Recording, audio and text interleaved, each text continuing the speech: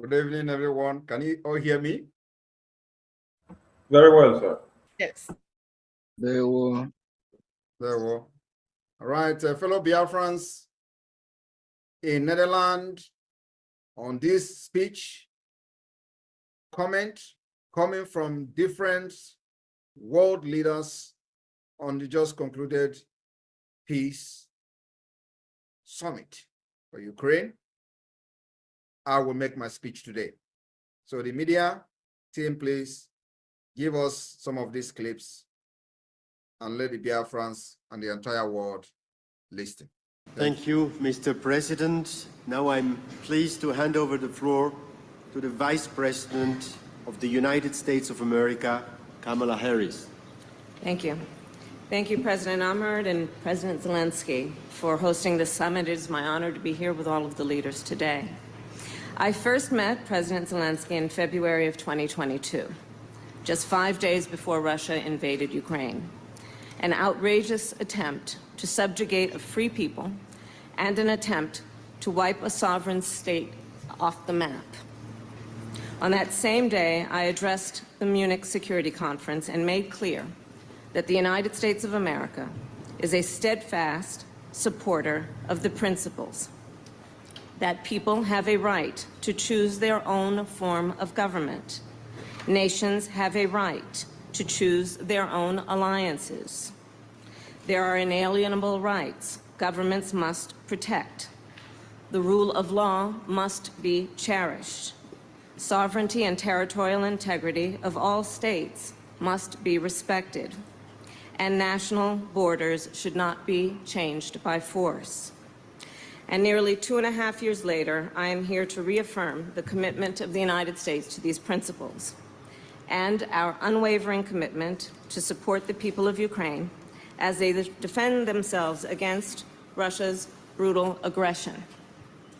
As I discussed with President Zelensky earlier today, President Biden and I have made clear over the past 3 years, we are committed to uphold international rules and norms, to defend democratic values and stand up to dictators, and to stand with our allies and partners. This approach has provided for our security and prosperity for generations, and it continues to do so today. This approach makes America strong, and it keeps Americans safe. And this approach bolsters global stability. Russia's aggression is not only an attack on the lives and the freedom of the people of Ukraine. It is not only an attack on global food security and energy supplies. Russia's aggression is also an attack on international rules and norms and the principles embodied in the UN Charter. Russia is a permanent member of the United Nations Security Council. Nevertheless, for nearly 2.5 years, it has shamelessly violated the core tenets of that charter. If the world fails to respond when an aggressor invades its neighbor, other aggressors will undoubtedly become emboldened. It leads to the potential of a war of conquest and chaos, not order and stability, which threatens all nations. President Joe Biden and I will continue to support Ukraine and continue to impose costs on Russia. And we will continue to work toward a just and lasting peace based on the principles of the United Nations Charter and the will of the people of Ukraine. President Zelensky, the United States shares your vision for the end of this war and an end to the suffering of the Ukrainian people. And let us all then commit to the imperative of returning innocent children kidnapped by Russia, returning them to their homes. Let us also agree a practical benefit of the work of this peace summit is to increase global food and energy security. And let nothing about the end of this war be decided without Ukraine. By contrast, however, yesterday, Putin put forward a proposal. But we must speak truth. He is not calling for negotiations, he is calling for surrender. America stands with Ukraine, not out of charity, but because it is in our strategic interest. We stand with delegations from more than 90 nations who also have a strategic interest in a just peace in Ukraine. Among us, no doubt, exists a diverse range of views on many of the global challenges and opportunities we face. We don't always agree. However, regarding Putin's unprovoked, unjustified war against Ukraine, there is unity and solidarity in support of international norms and rules. For President Joe Biden and me, it is one of our defining missions to uphold the international rules-based order, to defend it, strengthen it, and promote it. And no doubt it must be a priority for us all. Thank you.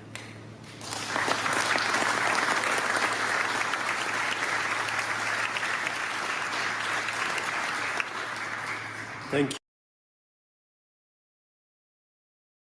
Fellow Biafrans, as you all have listened to the Vice President of the United States of America, I would also want the media team to share the screen and play a video from another prominent leader among those who had very important speech at the just concluded summit.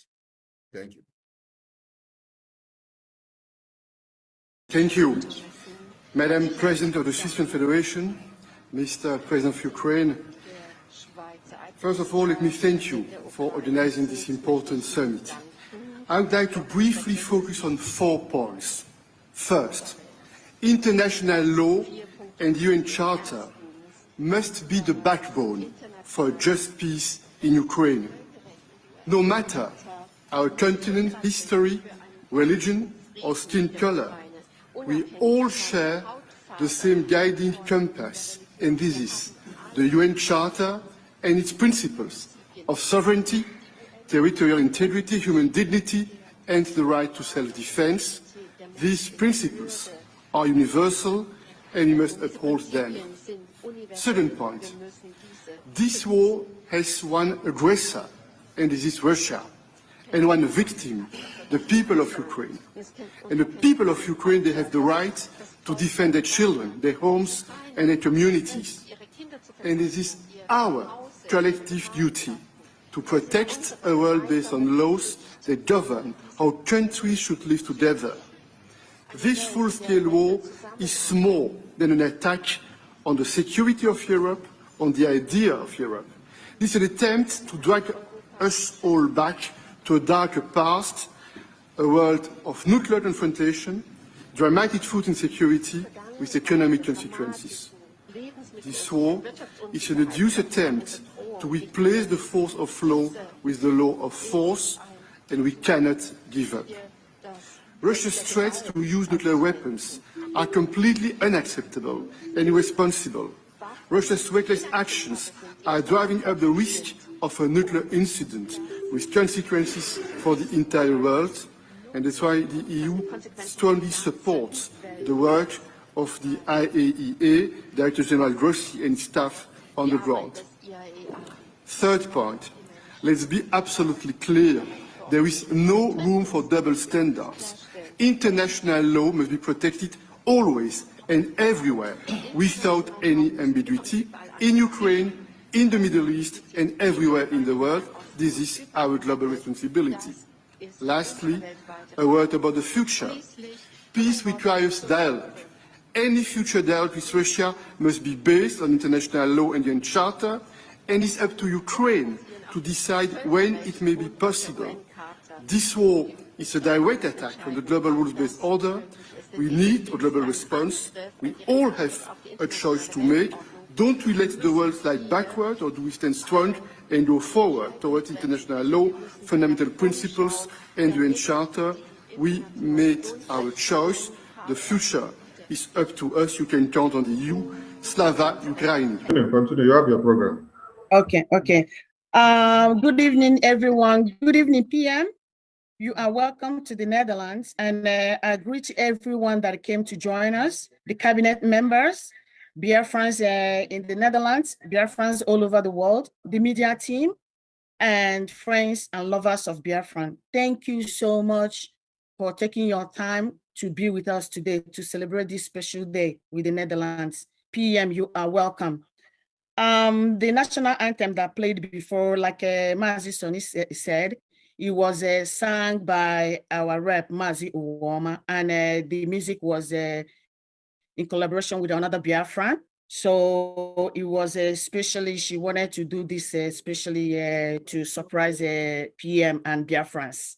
So yeah, for that national anthem, I would like to take €50 back PM that week if we can use the national anthem from now on. Thank you so much. I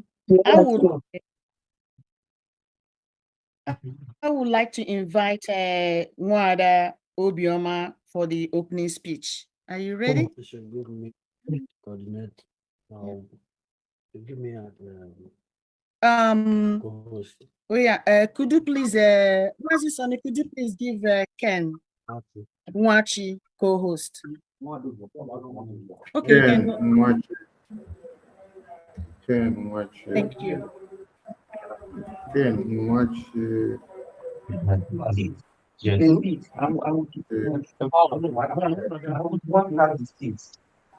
Mwachi, you are a co-host now.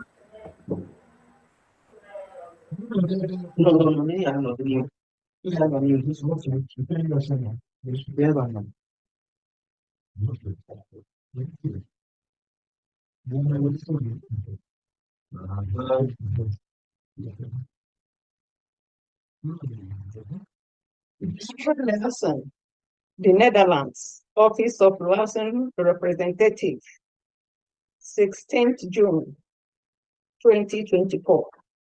The speech. Prime Minister Sam Worthington in Netherlands. Ladies and gentlemen, it is with honor and joy that we welcome His Excellency, Prime Minister Mazi Simon Ochuare Biafra, along with the esteemed members of the Bridge Cabinet, the federal government in Homeland. We also extend our warmest greetings and welcome to all Biafran forces, Biafrans worldwide with their families, and the host Biafrans in the Netherlands. Firstly, we wish to express our deepest gratitude to our Prime Minister, Mazi Simon Ekpa. Your Excellency, the marvelous work you and the Bridge are doing for Biafrans within a short period of time is nothing short of extraordinary. We cannot thank you enough for the sacrifices you have made, for all the goodness you have taken on our behalf, for standing firmly on the side of truth, maintaining your promise to Onyendu, and for restoring the dignity of Biafrans. Your unwavering leadership and commitment inspire us all. We would like to use this opportunity to thank the esteemed leader of indigenous people of Biafra, His Excellency Mazi Nnamdi Kanu, for his sacrifices. He is still held unjustly at the DSS facility by the Nigerian government after being kidnapped by them. We will never stop fighting for his unconditional release. The Kingdom of the Netherlands, our host country, is renowned for its scenic landscapes of tulip fields, iconic windmills, and intricate canals. The Dutch fought valiantly for their freedom during the 80 Years' War against Spanish rule, which also called the Dutch Revolt. Because of that war included reformation, centralization, excessive taxation, the rights and privileges of the Dutch nobility. They fought for liberation from and ultimately achieved their independence in 1648. Their struggle was marked by resilience and unity under the leadership of figures like King William of Orange.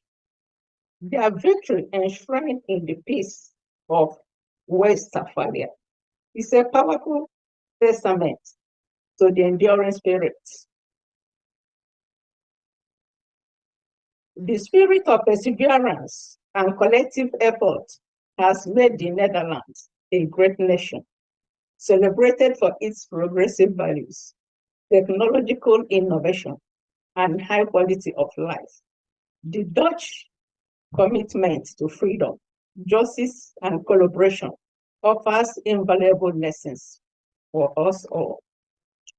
Biafrans can learn much from the Dutch experience, emulate their dedication to community innovation and respect for culture and freedom of speech.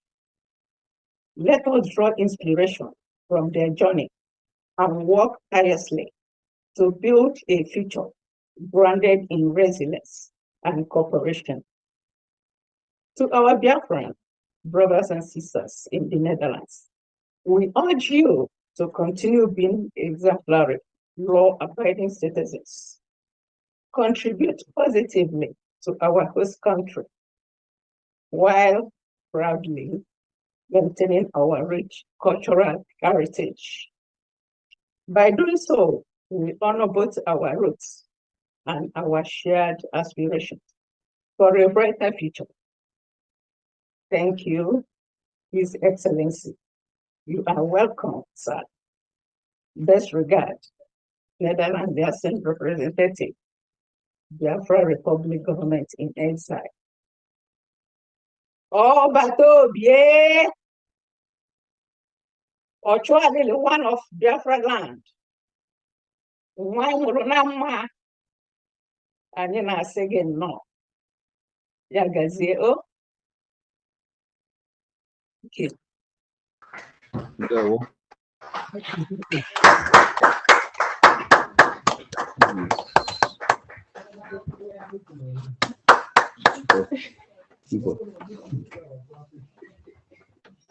Okay. Thank you so much, Madodion. Thank you so much.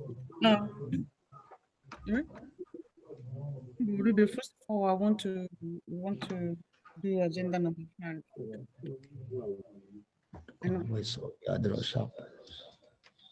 Mazi Sonny, can I go on? Yes, go on, please. Okay, thank you.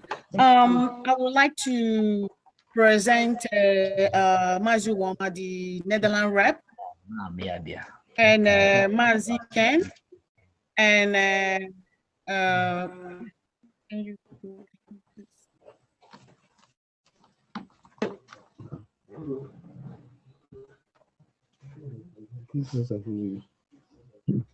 Mazi Ken and Mazi Woma, they are the Rep 1 and Rep 2 of the Netherlands. They represent Netherlands. These two people has been working tirelessly and collectively together. When you say when colleagues know how to work together, the example of it, I am really, really proud of them. And the Netherlands, their friends are also very proud of them. And we want to use this opportunity to thank them for their good works. Thank you both. Thank you so much. Thank you. Welcome, Biafra, to Netherlands. Thank you. Everyone, we move. I will also use this opportunity to present the committee members. Committee members, can you go there? Yes. The committee members.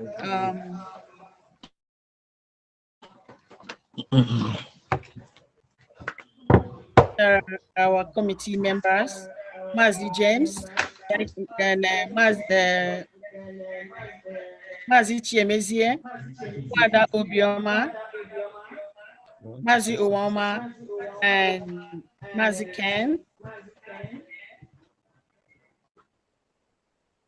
Where are they? Yes. These are the committee that worked tirelessly to, and one angel. Where is one angel? I didn't see her there. One angel is outside, I think. It's coming. Okay. All right, thank you very much for the information. Thank you, our Prime Minister. Thank you, the reps. Thank you, the ministers. Thank you, the organizers of this Biafra government. You guys are amazing. You know, international standard is what you are using. Joy and peace, unity, and focus. That's what is propelling this movement to the epics.